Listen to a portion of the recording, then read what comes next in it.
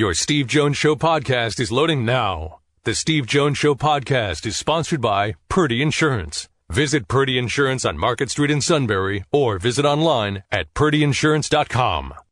Joining us now, the outstanding Rich Scarcella from the Reading Eagles. Sir, welcome. Great to have you with us. Hi, Steve. How are you? I'm doing well. How are you? I'm well, thank you. All right. I believe this is the last day that players can declare for the NFL draft. Yeah. I think we know almost everybody along the way. For coaches, all these dates come into play. How difficult do you think it is to be a coach now in terms of shaping a roster based on everything you've got to overcome? Well, just look at December with Penn State and James Franklin, everything that went on, and you're trying to almost close your 22 class. You're trying to sign 20-some kids, high school seniors, to letters of intent. You're dealing with players opting out of the bowl game by announcing that they're foregoing their final year of eligibility, and you're also dealing with the transfer portal. And you're dealing with the transfer portal every day. Right. But just like, and then you're also trying to prepare for a bowl game. So, I was thinking about that during December, how crazy December must be for college football coaches. And it's not a job that I would like to be doing, I could tell you that. All right, so we're sitting down in a room, and they ask our opinions. What changes would you make to make the system better? Do you have anything off the top of your head that you would think that might make the system better, that you'd throw out there as something that they should discuss? Well, there's two things that I would consider, and the first one is I would consider eliminating the December signing again, the early signing, because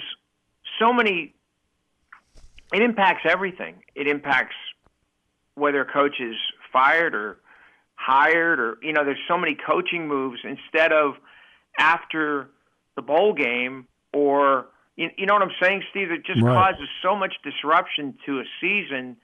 I might agree with Sean Clifford here on the second one. I might pay players to play in bowl games. I think I don't know. Where does it end? I don't know that. I'm not smart enough to figure that out. But I know. I don't think that's the worst idea in the world. While I understand why they're doing it, I still the thing, and this is really I'm going off course here a little bit. That's fine. But I would like to know behind closed doors how teammates of players who opted out, before a bowl game, of opting out of a bowl game, not opting out entering the draft, but opting out of a bowl game, how they really feel. And I don't know that. I don't know. And I would also like to talk to players who opted out and exactly why of bowl games, why they decided to do that. When you have people like Saquon Barkley and Miles Sanders who decided they would play, and they could easily have opted out. And I'm not judging anybody. I'm just curious more than anything. What prompted them to play in the bowl game? What prompted others to decide to opt out? It's interesting because if they were to expand the college football playoff to 12 or 16, and you're trying to think of different ideas. Yep. If they were to do that, you and I both know the money has a chance to, at minimum, to double. Oh gosh, yeah. All right. Yeah. Should there, out of that money, then a pool? Yes. be given to the players that participate in it to prevent opt-outs in the playoff? Yes. I think that's at least something to be discussed. And where does, how much money would that take? I don't know that. I think, but at least, let's say it's $5,000. Does that prevent somebody from opting out? I don't know. That's up to everybody. But say it's $10,000. Does that do it? I don't know. But I think that's at least a place to start to discuss that. And I mean, I understand it. I get it. Jalen Smith. That it was such a freak injury. Yeah. I mean, it really was. I mean, it wasn't just a knee injury. It wasn't a run-of-the-mill torn ACL. It was a freak injury. Right. And I get it. But there are other guys like I think I read last month that Jake Butt, who I guess suffered a torn ACL in a bowl game for Michigan, said he would do it again. Yes, he in the bowl game again. So it's everybody's different. It's just everybody is different. But yeah, I think that, Steve, getting to your question, I think that's a starting point. That's something that should definitely be discussed. Yeah, because what's interesting about that is that let's take Jamison Williams, who got hurt in the national championship game, and Mechie got hurt in the SEC championship game. They were both non-contact injuries that could have happened in the 7-on-7 drill in Orlando. Yeah, absolutely. I mean, that's the other thing. I mean, some of these injuries, I won't say a lot of them, but some of them can happen in practice in non-contact drills. Yeah. And, one thing I wrote last month, not last month, it's just a few weeks ago down in Tampa, I wonder when do players – when their team, let's say a college football player who is draft eligible or who can declare for the who can declare for the draft. Let's say they play on a team, and that team loses its second game, like has its second loss. Yep. When does and you're out of the playoff picture, especially with a 14 playoff. When does that start happening? When a player says, "Okay, I'm done." And I think that could very well happen going forward here. I have said that repeatedly on this show now for about 3 years, where I said, what happens when you get – and I went later in the season. Okay. I said, you're sitting there and a team is 4-4, all right? They're 3-5, and they're looking around. They got the month of November to play. I'm done. Yep. Right? And believe me, we're getting closer to that, and here's the issue. Right? If you're a coach, you can't criticize it. No, you can't. You can't because that's going to hurt your recruiting. Exactly. Yeah, and it's going to hurt you. And how the players who are still left in the room might look at you. Some of them. Yeah, I no, you can't say anything publicly about it. I mean, it's really a difficult position. Look, I'm all for I'm all for paying players, like the baseball situation, which is apples and oranges. I get it, but I'm all for the players. You're getting money, but when does it start impacting the game itself? Now you've got to sit down and figure out some solutions here, and one of them is, it is paying players. It's not just NIL deals. It's literally just forget that veneer. Just pay players. Yeah. I think we're moving closer and closer to that point, especially as you mentioned earlier, Steve. If you have an 18 playoff or a 12-team playoff, the revenue is going to be pouring in. Yeah, I mean, because the money is going to be flowing in, and there's going to be a lot of the schools are getting. Now, you and I both know that the money coming in from this is going to, benefit the tennis program. It's going to be, it's for athletic departments to spend on their programs. I mean, these are not going into Swiss bank accounts, but they have to come up with some solution somewhere, and they've got to be. I think they have to be forward thinking. They can't be reacting all the time. No, that's what's been going on over the last how many years. It's just, you're exactly right. There's no foresight, especially at the NCAA.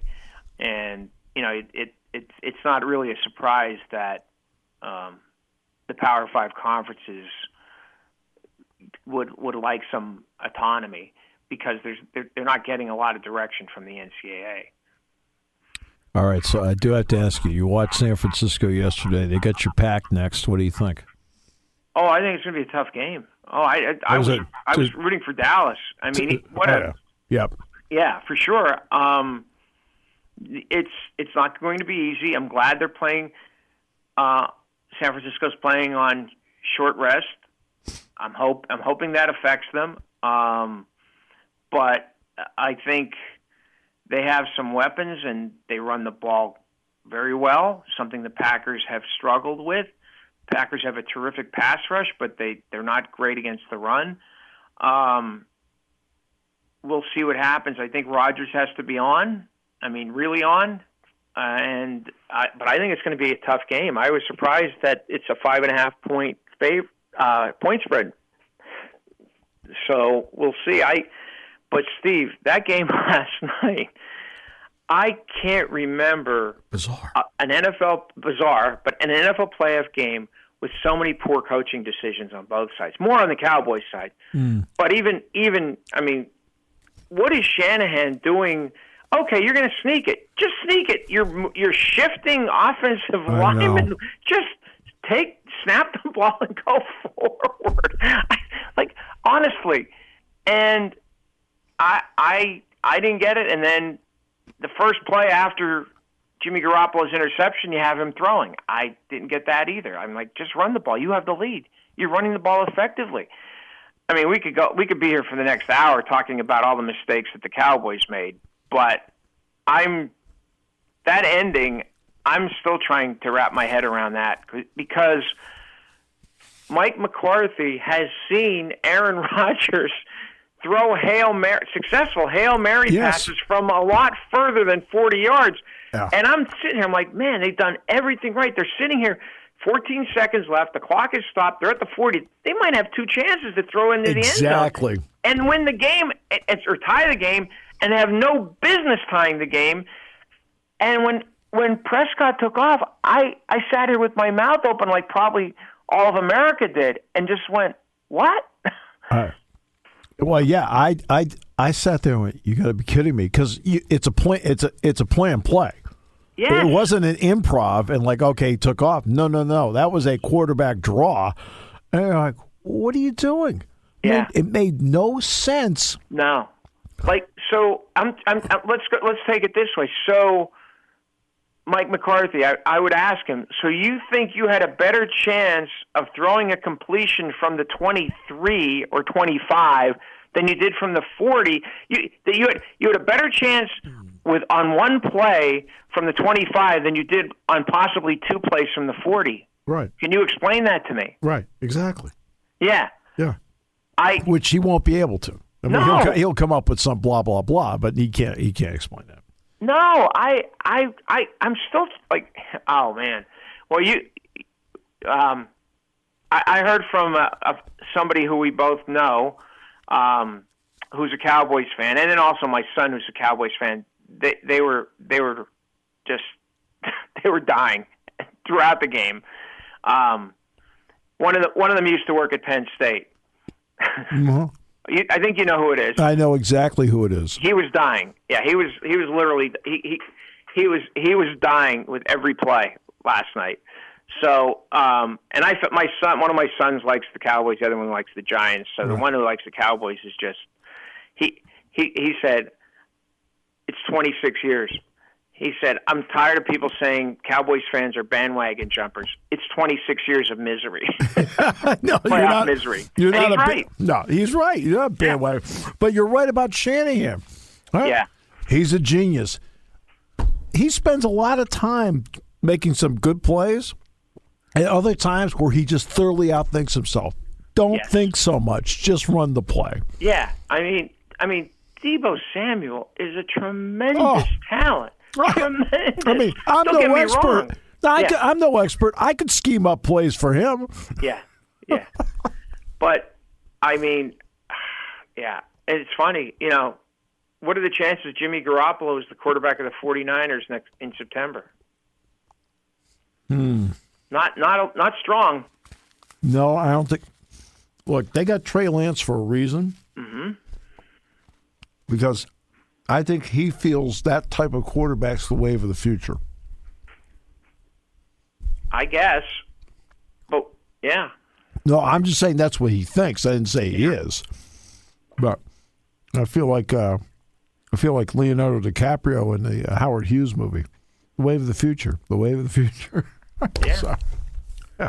Yeah, I mean, I don't know. We'll see. I mean, I'm hoping that the Packers force Garoppolo into mistakes, and I think that'll help. And Yeah, I mean, I think the Packers run the ball with a little more authority than the Cowboys do. Oh, and obviously Rodgers is more accurate than Prescott. Even though I like Prescott a lot, but yeah.